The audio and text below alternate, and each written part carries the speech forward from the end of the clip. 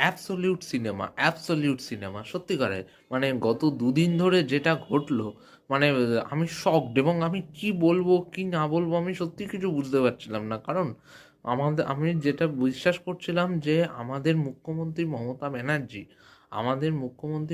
ব্যানার্জির এবার মানে মোটামুটি যা তাদের দলের হাল। কারণ উনি প্রথমে ওনার যা সমস্ত দুর্নীতির রেকর্ড আছে বা যার কিছু, তারপরে তার ফাইল চুরি, এই সমস্ত কিছু মানে সিবিআই থেকে ফাইল ছিনিয়ে নিয়ে চলে এসছে। এরপরে আমি ভাবলাম যে এবছরও তো গেছে।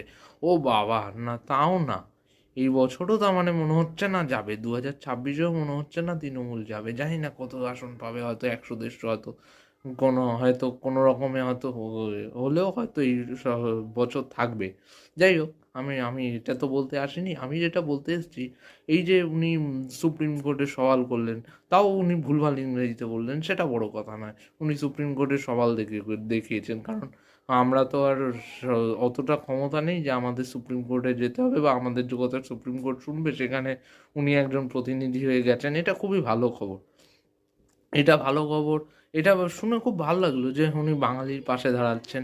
আচ্ছা, বাঙালির আবেগটাকে কতদিন শান দিয়ে থাকবেন? বাঙালিদের কতদিন আবেগটাকে শান দেবেন? এবার অন্য কিছু একটু আবেগটাকে শান দিন না। বাঙালি বাঙালি বাঙালি করে আর কতদিন চলবে? এমনিই তো বাঙালির কিছু নেই।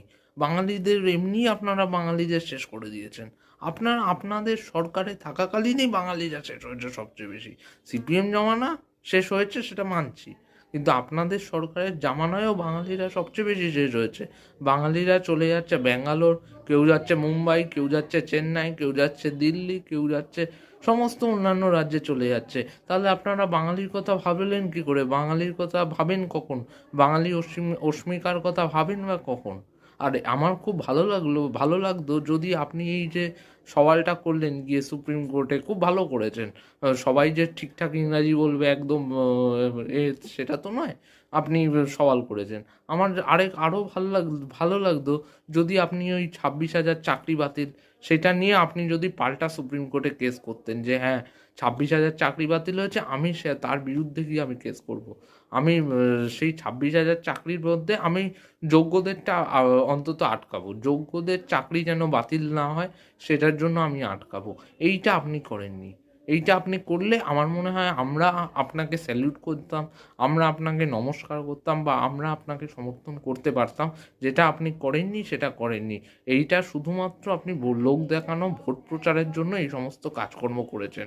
এটা বাংলার মানুষ জানে। আর আপনি বুঝতে পেরেছিলেন যে মাটির